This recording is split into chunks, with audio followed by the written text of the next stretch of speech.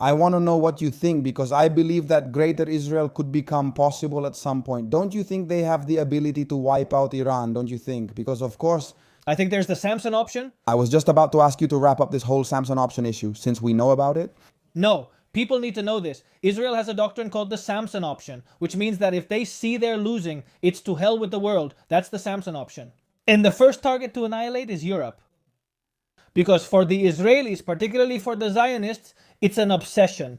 And that's why they fund uncontrolled and illegal immigration, woke movements, and low birth rates. All of that has its reasons. There, because their greatest enemy has always been civilization, which historically has always left it as an aspiration of Zionism. They want to be the leading nation, the best, but they will never be ancient Greece or ancient Rome. That's why they're obsessed with destroying Western civilization and its foundations. Thanks to Christianity and the important work that has been done in Europe through Christianity, through the revival of classical principles during the Renaissance. They want to destroy all of that, all the foundations, just like when they could in Syria. By financing these terrorist groups, they destroyed everything, all the monuments, all the images, all the statues of the ancient Persian Empire. They want to erase all culture from the face of history so that they, Greater Israel, can be what the rest of the world marvels at. And these are not conspiracy theories. Read, look it up yourselves. They say it themselves. You don't believe it until you hear them talk. Just 10 minutes is all it takes. It's something that Juan Garcia Gallardo said the other day, and I was shocked. Juan Garcia Gallardo, the Vox representative, well, there's already a long list, yes, everything. All those who are against these people, look, coincidentally, Exactly, just like Netanyahu, Netanyahu, Pascal, Abraham Skull, dear leader. Abraham Skoll. The truth is, forgive me, but I loved it and I'll copy it. Abraham Skoll is in bed with this. Exactly, well, Juan Garcia Gallardo. Recently, he exchanged words with ACOM, a Zionist group in Spain, saying this journalist should be fired. What do you think? Anything else? And I replied to ACOM, which is David Hatchwell's organization, and those people. Hey, do you remember when we used to see each other and give each other hugs and all that? And I replied to Juan Garcia Gallardo, yes, exactly, until I saw you, I knew what you were like, and then you only caused people to distance themselves from you. Look at that answer. I mean, indeed, to the people who are dedicated, committed patriots who are seduced by that kind of speech. When they see what's behind it and hear them talk, they say these people are crazy, out of their minds, wanting Armageddon to rebuild the temple. I don't know what their nonsense is. Totally. They're nuts, but there are two kinds of nuts. And above all, I also want to make a clear point. There are a lot of extremely anti-Zionist Jews. There's a lot of confusion. Do you think that Zionists... The Orthodox say that Israel doesn't have the right to exist, according to the Torah? Yes. So I want you to know that this is not an anti-Semitic message. Be careful with the Semite issue. It's very delicate and essentially invented, since most Jews in Israel today are Europeans and not Semites. We're crossing all the lines in this podcast. I'm telling you so people know. I mean, everything we're explaining in this podcast, for a long time it was taboo. It's taboo. It's still taboo. I don't care. Just pray the channel doesn't get taken down. No, we're moving forward. The truth prevails. And if not, let's go. We'll set up another one. That's it. Yeah. We'll rebuild it quickly. But indeed, we have to start noting these things down. Some people are even defending the Austrian painter, which I already find unbelievable in Europe. I'm anti-nationalist and I'm anti-Zionist because I'm anti-nationalist and Hitler was a nationalist. Now, some people are questioning the foundations, which is important. Are you getting into a territory of no? Not at all. I know exactly where I stand and how to navigate it. I mean, a lot of people have been defending the painter lately. That's true, yes. But especially on Instagram, I find the painter memes funny. Seeing that everyone is yes. But no. Seriously, there's one thing to keep in mind. The fundamentals of German National Socialism, which is something I've studied obsessively. The speeches about the German nation from the 19th century by Herder, by Fichte, and later on. The philosophy of Max Stirner, which Hitler draws on, has a foundation that seduces a large part of the German nation. Not by chance, no. I mean, a large part of the German nation embraces this path. Like, well, these people need to be expelled. They're not beneficial. They were not in favor, of course, of killing them or of extermination or anything like that. No, but it has legal and doctrinal foundations, what they call anti-Semitism, which really isn't anti-Semitism. Because Semites are those who live in Jordan, in the area of Jordan. Well, descendants of Shem, son of Noah. Indeed. And they are Lebanese, yes. Well, and Arabs, the Palestinians are Semites, indeed, yes, indeed. These are Europeans, Khazars, and Ashkenazi Jews. It's just that Moses Let's continue. No, but I can see you know this topic well. Well, indeed, there are principles that German National Socialism used to seduce the Germans. And in fact, there are even theories that claim certain Zionist groups allowed the victory of German National Socialism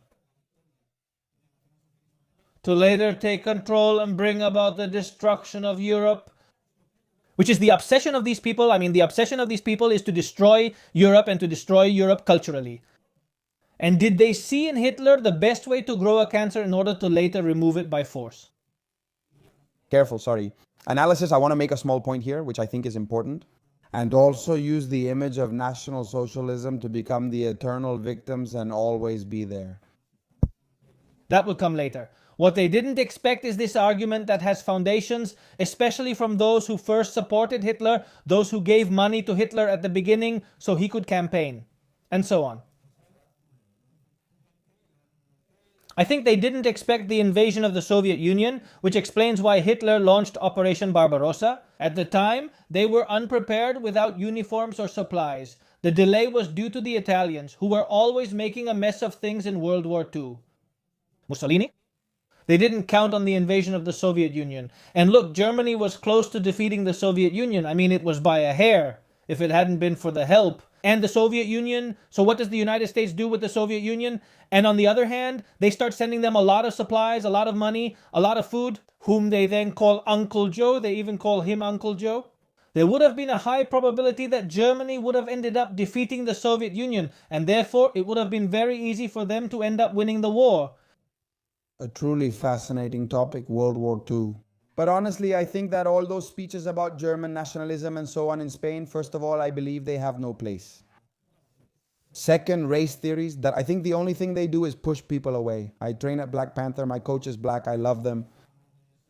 That kind of craziness. We're Hispanic, we have absolutely nothing to do with that. Here's where you need to be careful with prejudice. Don't assume anything. Isn't it important for people to understand that you can be absolutely fascinated by history, by the reasons behind things, and say, I'm passionate about the figure of Genghis Khan. And Genghis Khan. I can guarantee you that if we portray him as a good guy, Kennedy was fascinated by Hitler as his contemporary. I don't share that interest in Genghis. I'm explaining a historical factor tied to later foundations of anti-Semitism, based on what you've established. But then let's get into this issue of anti-Semitism. It originates through banking control. But well, it goes back even earlier. I mean, for example. But of course, Just a second. Spain expelled the Sephardic Jews by order of the Catholic monarchs. Of course, but look, the Holy Child of La Guardia, similar incidents happened in England and Italy where they were accused of... They were expelled from everywhere. But yes. No, something very similar happens. It involves sacrifices of Catholic children. Yes, okay, sacrifices of Catholic children. Do you see nowadays... Epstein? Yes, exactly. And of course, you look in the Bible, Baal, you read a little about who Baal is, and Baal is a deity, Baal and Moloch, to whom sacrifices are offered. he is the main figure that represents the satanic figure. Exactly. But of course, in the Bible, they tell you children were sacrificed to Baal, children were sacrificed to Moloch. You see, nowadays, all the Hollywood paraphernalia going on, and they clearly let you see that they serve Baal. I mean, when we talk about the fact that nowadays a large part of this secular Judaism doesn't follow Yahweh, they are not the people of the Bible, but rather the opposite. It's the people that Moses sees worshiping the golden calf when he comes down from the mountain. People are surprised, especially the evangelicals.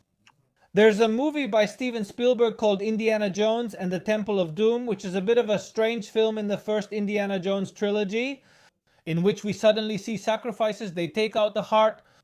They take a branch of Hinduism centered on the goddess Kali, which did indeed involve this whole issue of human sacrifice and so on. And there's an explanation that says at that time Steven Spielberg had gotten divorced. And he had gone through a kind of personal crisis that had also led to a crisis of faith.